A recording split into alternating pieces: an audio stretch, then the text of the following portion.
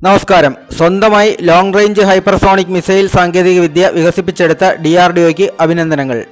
ഈയൊരു വാർത്ത കേൾക്കുമ്പോൾ ചിലർക്കെങ്കിലും സംശയം തോന്നാം, ഇതുവരെ ഇന്ത്യയുടെ കൈവശം ഹൈപ്പർസോണിക് മിസൈലുകളൊന്നും ഇല്ലായിരുന്നോ എന്ന്. ഹൈപ്പർസോണിക് മിസൈലുകളൊക്കെ ഉണ്ടായിരുന്നു, പക്ഷേ അതൊക്കെ ഷോർട്ട് റേഞ്ച് ബാലിസ്റ്റിക് മിസൈലുകളായിരുന്നു. ഇപ്പോൾ വികസിപ്പിച്ചെടുത്തിരിക്കുന്നത് ലോങ് റേഞ്ച് ക്രൂയിസ് മിസൈലാണ്. അതാണ് വ്യത്യാസം. ക്രൂയിസ് മിസൈലുകൾ വളരെ താഴ്ന്നു പറക്കുന്നത് കൊണ്ട് തന്നെ റഡാറുകൾക്ക് ഇവയെ ഡിറ്റക്ട് ചെയ്യാൻ കുറച്ച് പ്രയാസമാണ്. ശബ്ദത്തിന്റെ 5 മടങ്ങിന് മുകളിൽ ഉള്ള വേഗതയെ ഹൈപ്പർസോണിക് എന്ന് വിളിക്കുന്നു. അങ്ങനെ ലോങ് റേഞ്ച് ഹൈപ്പർസോണിക് മിസൈലുകൾ കൈവശമുള്ള ചുരുക്കം ചില രാജ്യങ്ങളുടെ പട്ടികയിൽ ഇന്ത്യയും ഇടം പിടിച്ചിരിക്കുകയാണ്. ഈയൊരു വാർത്ത ഇന്ത്യയിലെ എല്ലാ ചാനലുകളിലും പത്രങ്ങളിലും യൂട്യൂബേഴ്സിന്റെ ഇടയിലും ട്രെൻഡിങ് ആയിരുന്നു. എന്നാൽ ഈയൊരു ഹൈപ്പിനിടയിൽ മുങ്ങിപ്പോയ ഒരു കൊച്ചു കപ്പലാണ് നമ്മുടെ വിഷയം. ഇവിടെ കപ്പൽ മുങ്ങി എന്ന് പറഞ്ഞത് ആലങ്കാരികമായിട്ടാണ്, അതായത് വാർത്തകളിൽ ഇടം പിടിക്കാതെ പോയി എന്നർത്ഥത്തിൽ. ഇതും ഇന്ത്യയെ സംബന്ധിച്ച് അഭിമാനകരമായ ഒരു വാർത്ത തന്നെയായിരുന്നു. ഇന്ത്യ തദ്ദേശീയമായി വികസിപ്പിച്ചെടുത്ത ആളില്ലാ സമുദ്രയാനമാണ് കക്ഷി. ആളില്ലാ വിമാനവും ഡ്രോണുമൊക്കെ എന്നും വാർത്തകളിൽ ഇടം പിടിക്കാറുണ്ട്. എന്നാൽ ആളില്ലാ സമുദ്രയാനത്തിന്റെ കാര്യത്തിൽ അത്രയ്ക്ക് അങ്ങോട്ട് പ്രചാരണം കിട്ടിയിട്ടുണ്ടോ എന്നുള്ള കാര്യത്തിൽ സംശയമുണ്ട്. USV എന്നാണ് സാധാരണ ഇവ അറിയപ്പെടാറ്. അതായത് അൺമാൻഡ് സർഫസ് വെസൽ അല്ലെങ്കിൽ unmanned surface vehicle. Drone boat എന്നും ഡ്രോൺ ഷിപ്പ് എന്നും സീ ഡ്രോൺ എന്നുമൊക്കെ ഇവയെ സാധാരണയായി വിളിക്കാറുമുണ്ട്. ഇത്തരത്തിൽ തദ്ദേശീയമായ ഒരു സമുദ്രയാനം നിർമ്മിക്കുക വഴി ഇന്ത്യ ഈ മേഖലയിലും ചുവടുവെച്ചിരിക്കുകയാണ്. മുംബൈ തുറമുഖത്തിൽ നിന്ന് തൂത്തുക്കുടി വരെ 1500 കിലോമീറ്റർ ദൂരമാണ് ഈ സമുദ്രയാനം അതിന്റെ കന്നിയാത്രയിൽ സഞ്ചരിച്ചത്. സാഗർമാല പരികർമ്മ എന്ന് ഔദ്യോഗികമായി ആ യാത്രയ്ക്ക് നാമകരണവും ചെയ്യപ്പെട്ടു. ഈ സമുദ്രയാനത്തിന് നമ്മുടെ സമുദ്രമേഖലയാകെ നിരീക്ഷിക്കാനും വിവരങ്ങൾ കൈമാറാനും വേണ്ടി വന്നാൽ ആക്രമണം നടത്താനുമുള്ള കെൽപ്പുണ്ട്.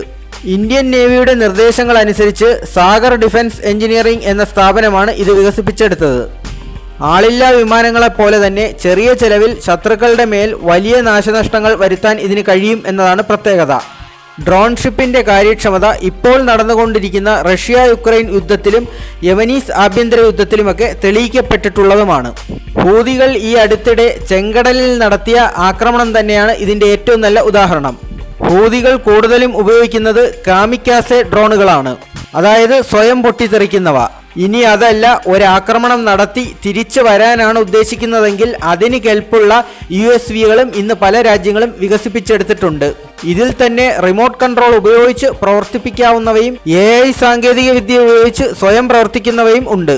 ഇന്ത്യ വികസിപ്പിച്ചെടുത്തിരിക്കുന്ന ഈ ആളില്ലാ സമുദ്രയാനത്തിന് മാതങ്കി എന്നാണ് പേരിട്ടിരിക്കുന്നത്. ഒന്നുകൂടി ആവർത്തിച്ചു പറയാം, മാടമ്പിയല്ല, മാതങ്കി. ഹൈന്ദവ പുരാണമനുസരിച്ച് ശ്രീപാർവതിയുടെ ഒരു അവതാരമാണ് മാതങ്കി. നമ്മുടെ മാതങ്കി USVക്ക് റഡാർ കണ്ണുകളെ വെട്ടിച്ച് യാത്ര ചെയ്യാനുള്ള കഴിവുണ്ട്. ഇതിന് സമുദ്രത്തിന്റെ ഉപരിതലത്തിൽ പൊങ്ങിക്കിടക്കുന്ന യാനങ്ങളെ മാത്രമല്ല അന്തർവാഹിനികളെയും നശിപ്പിക്കാനുള്ള കഴിവുണ്ട്. ഇക്കാരണങ്ങൾ കൊണ്ട് തന്നെ ഇന്ത്യൻ മഹാസമുദ്രത്തിൽ വർദ്ധിച്ചു വരുന്ന ചൈനീസ് സാന്നിധ്യത്തെ തടയിടാൻ ഒരു പരിധിവരെ മാതങ്കിക്ക് കഴിയുമെന്ന് ഉറപ്പാണ്. യുദ്ധ ആവശ്യങ്ങൾക്ക് പുറമെ യാത്രാ സർവീസുകൾക്കും ചരക്ക് നീക്കത്തിനും പല രാജ്യങ്ങളും പലതരത്തിലുള്ള USVകളും ഉപയോഗിച്ചു പോരാറുണ്ട്. ഹൈഡ്രോഗ്രാഫി, ഓഷ്യനോഗ്രാഫി പോലുള്ള പല സമുദ്ര പഠനങ്ങളും ഇന്ന് USV ഉപയോഗിച്ച് നടത്തുന്നുണ്ട്. ഹെലികോപ്റ്റർ റബ്ബറിന് തുരിശടിക്കുന്നത് പോലെ അക്വാ ഫാമിങ്ങിലും USVകളുടെ സേവനം തേടാറുണ്ട്. മാതങ്കി ഇന്ത്യൻ നേവിയുടെയും കോസ്റ്റ് ഗാർഡിന്റെയും ഭാഗമാവുന്ന നല്ല നാളിനായി നമുക്ക് കാത്തിരിക്കാം. ജയ് ഹിന്ദ്.